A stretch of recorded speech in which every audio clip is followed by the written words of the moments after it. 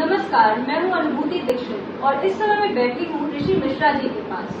ऋषि मिश्रा जी के बारे में मैं बता दूं, ये एक अंतर्राष्ट्रीय लेवल के शास्त्रीय गायक हैं और ये बनारस घराने से ताल्लुक रखते हैं और सर भारतीय शास्त्रीय संगीत का विश्व भर में प्रतिनिधित्व कर रहे हैं। तो सर नमस्कार, पहले तो मैं आपको बहुत ही कॉन्ग्रेचुलेट करना चाहती हूँ कि आप भारतीय शास्त्रीय संगीत को इतना आगे बढ़ा रहे हैं और ऐसे लोग बहुत ही कम होते हैं। तो धन्यवाद आपको हमें भारत का मान सम्मान बढ़ाने के लिए। थैंक यू अनुभूति इसके लिए। लेकिन मैं अपनी बैकग्राउंड, अपने परिवार को थैंक यू बोलना चाहूंगा कि मैं ऐसे फैमिली में जन्म मैंने लिया है कि जहां पर मुझे इस तरह की सेवा करने का अवसर मिल रहा है। तो मैं खुद भी ईश्वर से बहुत धन्यवाद करता हूं और मेरा थैंक यू सीधे गॉड को है।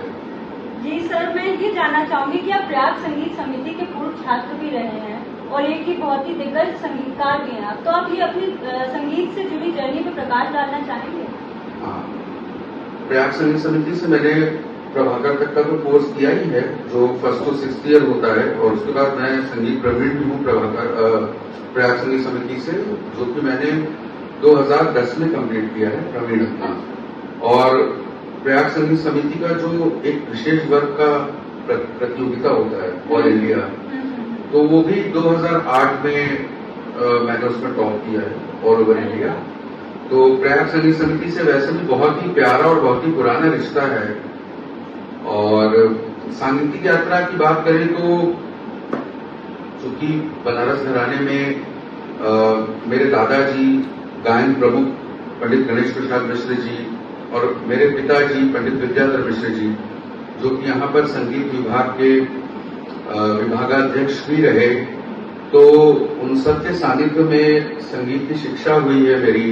और उन्हीं लोगों के आशीर्वाद से आज पूरे भारत में, भारत के बाहर सारे प्रमुख संगीत सम्मेलनों में कार्यक्रम किया है।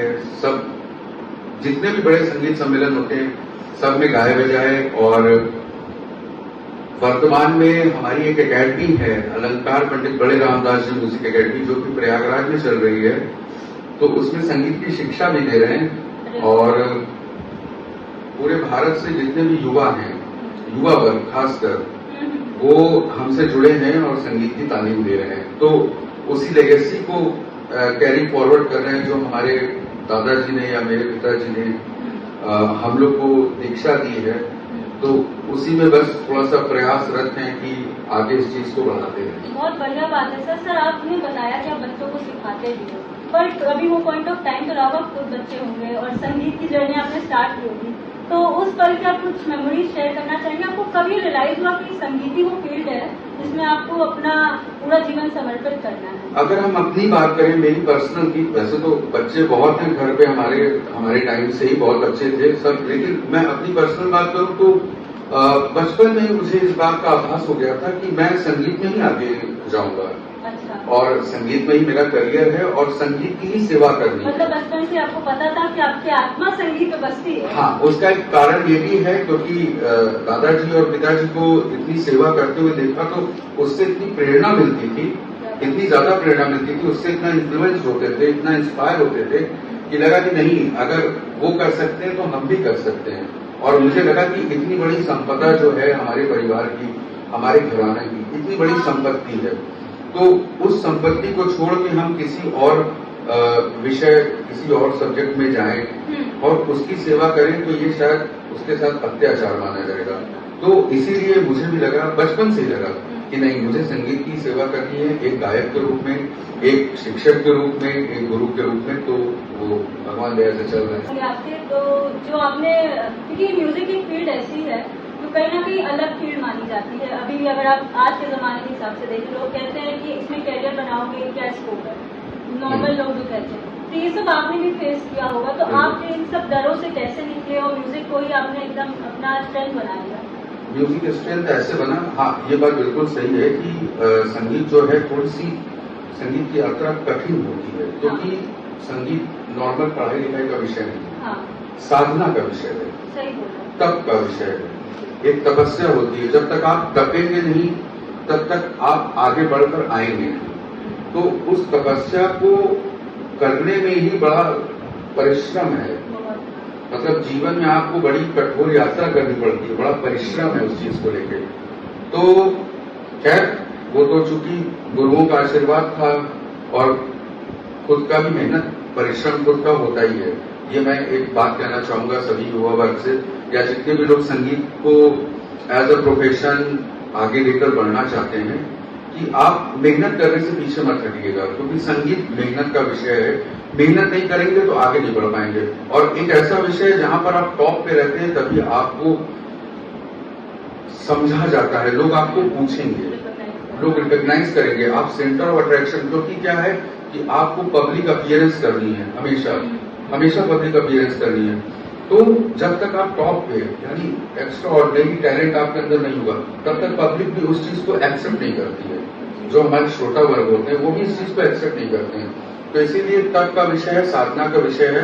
तो खूब मेहनत करिए, अच्छे गुरु के अंडर में रहिए, अच्छा गाना बजाना करिए, रियाज करिए, प्रैक्टिस करिए, और उसके बाद फिर देखिएगा जब आप संगीत को अपना कुछ समय, अपने लाइफ का कुछ साल, कुछ समय देंगे अच्छे गुरु के अंतर्गत, तो फिर उसके बाद संगीत आपको रिवर्ट बैक में क्या देगा, वो इतना रिवॉर्ड देता है, वो ग्लैमर का भी विषय है। अच्छे शिक्षक के रूप में भी आप आगे आ सकते हैं, बड़े सिंगर के रूप में आप आगे आ सकते हैं। तो संगीत में बहुत स्कोप है, बस उस चीज की अवेयरनेस हर किसी के अंदर होनी चाहिए।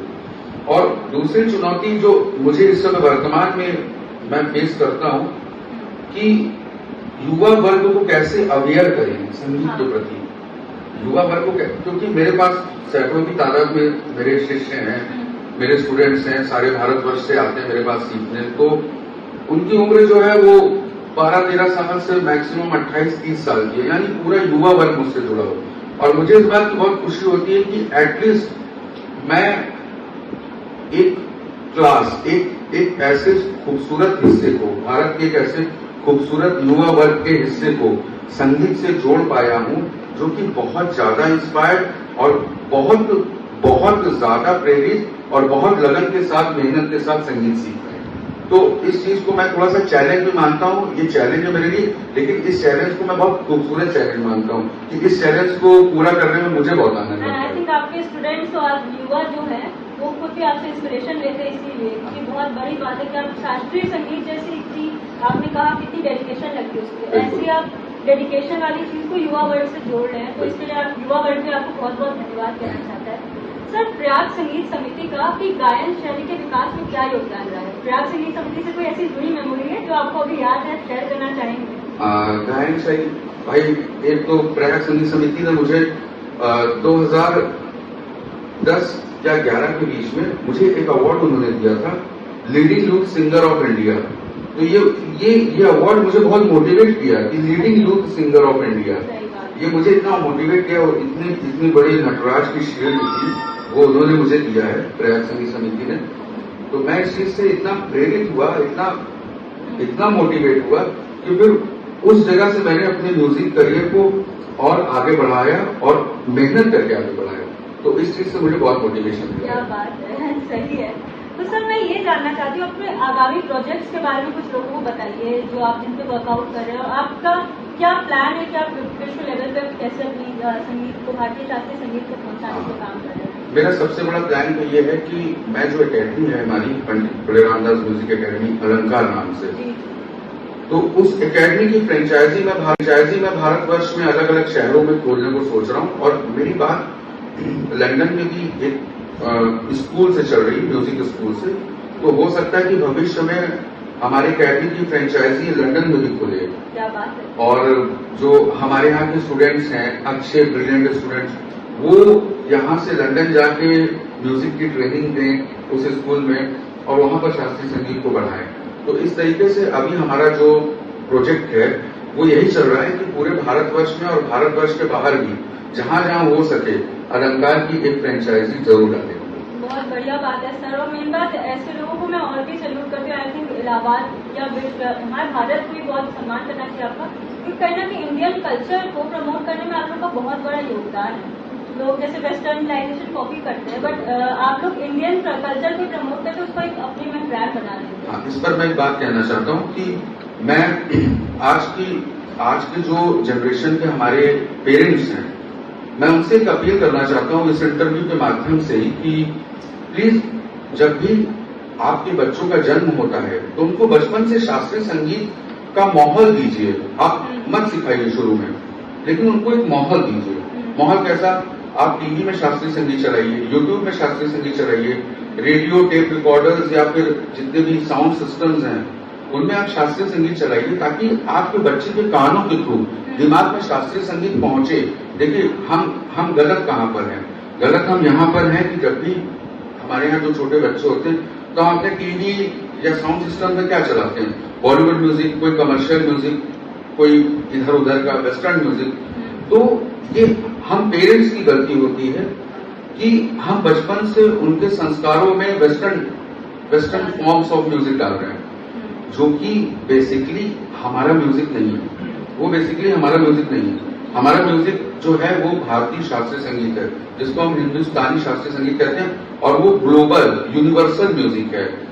तो उस म्यूजिक की अगर आप बचपन से ही संस्कार अपने बच्चों के अंदर डालेंगे तो ये सबसे बड़ी चीज है कि आपको अपनी संस्कृति से जोड़ देगा, आपको अपने ट्रेडिशन, अपनी परंपरा से जोड़ देगा।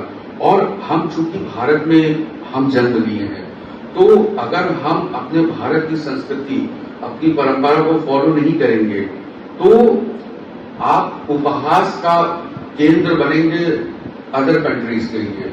दूसरे लोग क्यों विदेशी लोग हमारे म्यूजिक को अडॉप्ट करते हैं? क्योंकि वो जानते हैं कि जितनी हैप्पीनेस और जितना सुकून यानी पीस हमारे म्यूजिक में है वो दुनिया के किसी म्यूजिक में नहीं है।